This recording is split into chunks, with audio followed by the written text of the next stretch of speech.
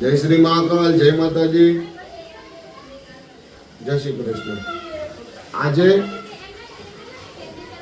હું તમને દાનની મહત્વતા બતાવવા માટે આવ્યો છું। દાન કેટલું મહત્વ બતાવે છે અને દાન કરવાથી કેટલું મહત્વ એનું છે।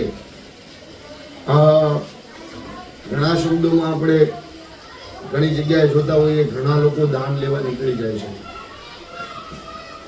દાન લેવા એમ નીકળી જવાતું નથી અને આપણે બધા સનાતનીઓ એટલા ભોળા છે કે આપણે ગમે એની જોડીમાં દાન દઈ દઈએ છીએ।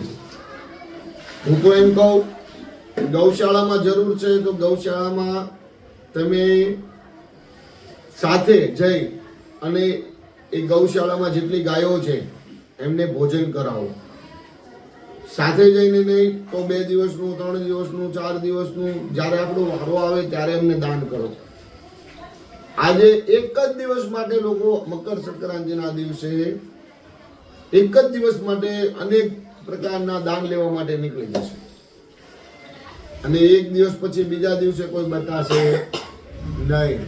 પણ બ્રાહ્મણ એવું કર્મ છે સાહેબ, બ્રાહ્મણ એવું એક ધર્મ છે જે રોજે તમારા ઘરે આવી શકે છે, રોજે તમને આશીર્વાદ દઈ શકે છે, તમારા ઘરનું પાપ લઈને ખાઈ શકે છે। એ તાકાત બ્રાહ્મણમાં છે। બ્રાહ્મણની સંધ્યા છે, બ્રાહ્મણની ગાયત્રી છે, બ્રાહ્મણને અન્ન પચાવવા માટેની શક્તિ આપે છે।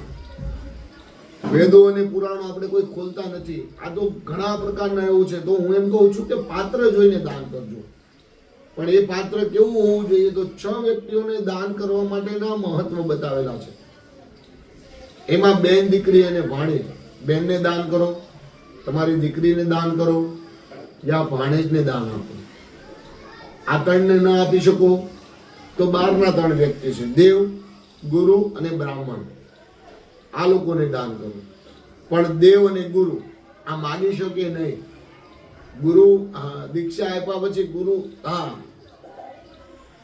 તમને અંધકારમાંથી અંજવાળા તરફ લઈ જાય ને ગુરુ કહેવાય।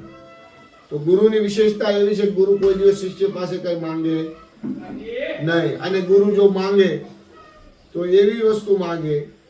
એકલવ્યની વાત કરીએ, બહુ બધું ડીપમાં જઈએ તો ઘણા બધા પ્રકાર, આમાં બહુ લાંબો વિડીયો બનાવ્યો છે।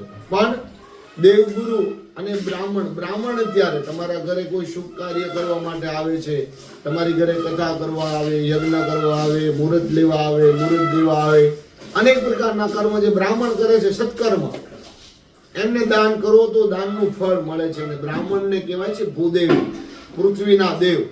દેવ અને ગુરુની વચ્ચે આવે છે તો એ બ્રાહ્મણ છે પહેલું, જેમને તમે દાન કરી શકો છો। અને બ્રાહ્મણ ગુરુ પણ બની શકે છે, પણ આજે કોઈ બ્રાહ્મણોને ગુરુ બનાવતા નથી।